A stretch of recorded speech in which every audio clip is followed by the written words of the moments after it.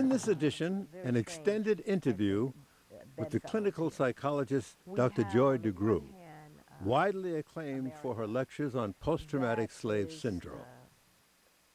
Teachers College, do you see much in the way of Black history being made part of the curriculum, or is it an elective as opposed to being a required? Well, you have Black History Month. What do you people want?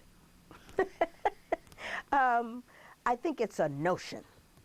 I think Black history and the studying of Black history is sort of like a notion. Wouldn't that be nice? What if we did? What if we did have Black history and we studied it? I don't believe that it is taken seriously in terms of curricular materials. And in fact, I think it's avoided. Most places I go, they just don't see the relevance of it. You know, again, it's something like, I had a recent experience at the opening of the visitor center at the African burial ground. You realize that those bones rewrote history. They really did. Because they told on us in the sense that, you know, when we think of enslavement or slavery, you think about the South, those people in the South. All 13 colonies had slavery, including New York. And so are they going to change the textbooks to be reflective of that? Or are they going to say, oh yeah, and by the way, there's a burial ground, as though it is a separate experience, an anomaly that we don't have to take any real focus on? Do you see what I'm saying? If you look at that burial ground, you learn how we lived and how we died, which is not recorded in the halls of universities, you see. So that requires that we take that information and then infuse it into education. And if you're asking me if they're going to do that, certainly not. Even the information we knew prior to that has not been infused. It's not been infused. The whole period of enslavement, the Middle Passage, the Walk of Sorrow, the numbers that died en route to the slave castles. Do you think they're going to infuse that into our curricular materials? Or that we are going to insist that it happen? There are those who say, well, let's put that behind us. That was in the olden days, and things are different now. Look, you even have an African American as president. Yeah, so also, let's put that behind us. Also hear stuff like, and what about Oprah? and what about all those athletes? See? And what you have to do, you know, and again, I guess sometimes people respond emotionally. I don't. I kind of respond very pragmatically to that. And I ask them, with the advent of the election of a Black president, if you will,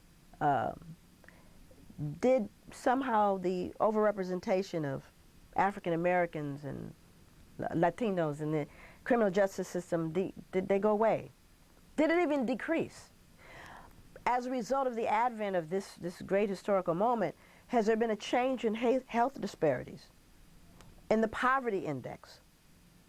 Has there been, do you see what I'm saying? So it's almost like a nonsensical thing to say to me, because those institutions that have historically been racist and biased and oppressive continue.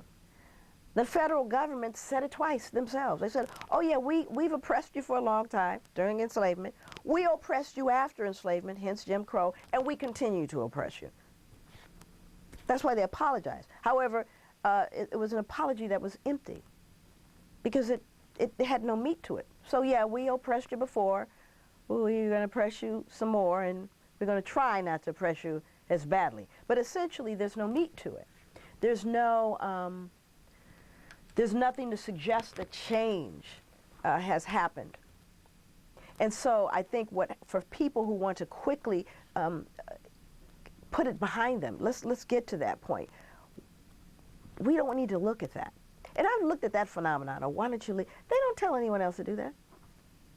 They don't tell Jews, just forget about that Holocaust. Don't speak about it anymore. It's just useless and it's ridiculous. Don't, you know, just why even? They don't do that.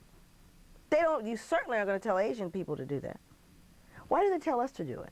And I'll tell you my assessment of why that is. Because when we pull back the covers on us, we pull back the covers on other folks. So we rewrite European history as well. We rewrite our perceptions of those founding fathers and our perception of our inherent humanity, our willingness to embrace and our inclusivity, as it were. Somehow it throws a rock into that glass house, and you begin to realize that things weren't as they were written in the text. Not just about you, that black person, but about you, that white person.